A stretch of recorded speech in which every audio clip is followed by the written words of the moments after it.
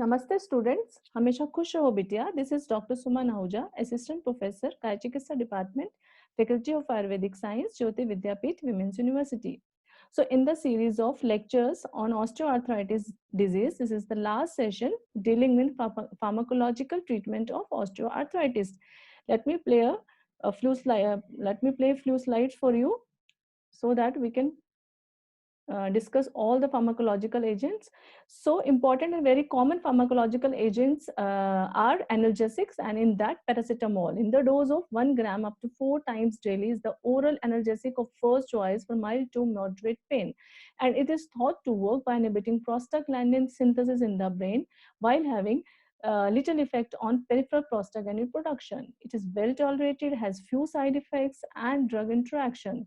An increased risk of GI events and cardiovascular disease has been reported with chronic usage in observational studies, but this may be due to channeling of patients at higher risk of these events for treatment with paracetamol rather than non-steroid anti-inflammatory drugs. Paracetamol can be combined with codeine, that is co-codamol, or dihydrocodeine, that is co-dihydramol. And these combination of analgesics are more effective than paracetamol but have more side effects including constipation, headache, delirium, especially in elderly.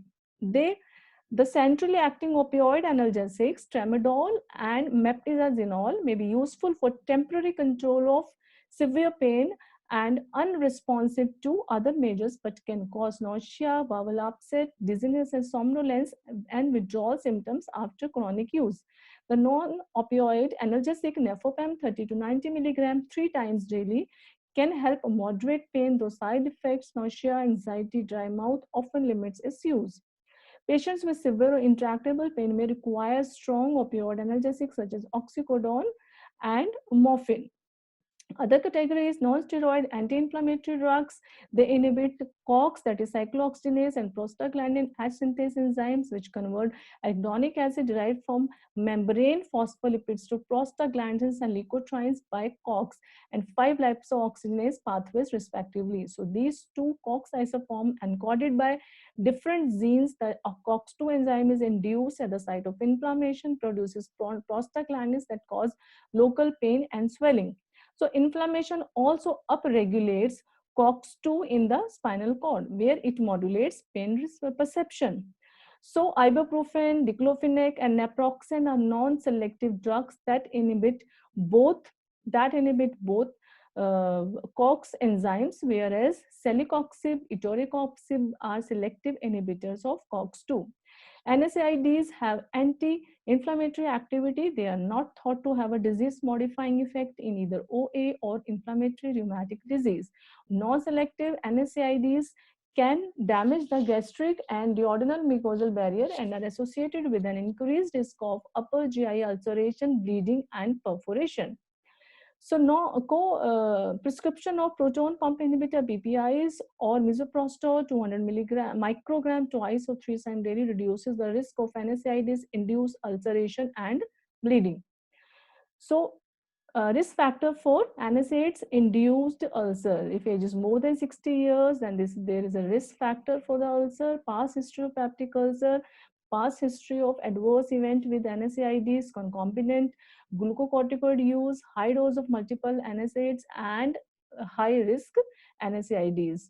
So these are the risk factors. Now commonly used NSAIDs and their risk of gastrointestinal bleeding and perforation. Low risk NSAIDs are cotoricoxib, daily adult dose is 60 to 120 milligram per day. Idiosyncratic side effects or comments, selective COX2 inhibitor. So medium risk drugs are ibuprofen, naproxen, diclofenac. Ibuprofen dose 1600 to 24 milligram per day, 500 to 1000 milligram. Naproxen, diclofenac in 75 to 150 milligram. For ibuprofen, 3 to 4 doses, naproxen 1 to 2 doses, and diclofenac 2 to 3 doses. And the side effects, GI adverse effect more likely than with COX2 inhibitors, even with PPI therapy. So next, high risk NSAIDs are indomethacin in the dose of 50 to 200 milligram, 3 to 4 divided doses, ketoprofen 100 to 200 milligram in 2 to 4 divided doses, piroxicam 20 to 30 milligram in 1 to 2 divided doses. If you see the side effects for indomethacin and ketoprofen, there is a high incidence of dyspepsia and CNS side effect, whereas piroxicam should be restricted at the more than age in the patients of the more than age of 60 years. Other side effects of NSAIDs include fluid retention and renal impairment due to inhibition of renal prostaglandin production, non-ulcer associated dyspepsia, abdominal pain, and altered bowel habit and rashes. Interstitial nephritis, asthma, and anaphylaxis can also occur, but these are rare. Now, recommendation for the use of NSAIDs, it should be used in lowest dose for the shorter time possible to control symptoms. NSAIDs should be avoided in the patient on warfarin. It should not, it's allowed 2 to 3 weeks to assess efficacy. If response is inadequate, then consider a trial of another NSAIDs. Never prescribe more than one NSAID at a time. Co-prescribe a proton pump inhibitor for patients with high risk of GI adverse effect. Now, some of the topical agents that can be used in the treatment of osteoarthritis, that is topical NSAIDs, creams and gels, capsaicin creams, that is chili extract 0.025% can help in the treatment of osteoarthritis and superficial periarticular lesions affecting hands, elbows, and knees. They may be used as monotherapy or as an adjunct to oral analgesics. Topical NSAIDs can penetrate superficial tissues and even reach the joint capsule, though intrasynovial levels mainly reflect blood-borne drug delivery. Now, another option is intra-articular injections. So, medicines that are injected in the intra-articular space.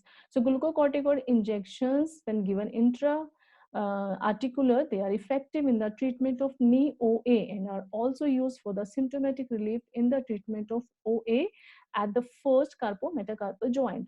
The duration of effect is usually short, but trials of serial glucocorticoid injection every 3 months in knee OA have shown efficacy for up to 1 year.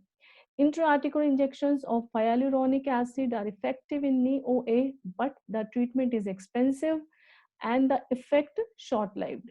Nutraceutical chondroitin sulfate and glucosamine sulfate have been used alone and in combination for the treatment of knee OA. And there is evidence of randomized control trials that these agents improve knee pain as a small extent, 3 to 5% compared with the placebo. So this was all about pharmacological treatment of osteoarthritis.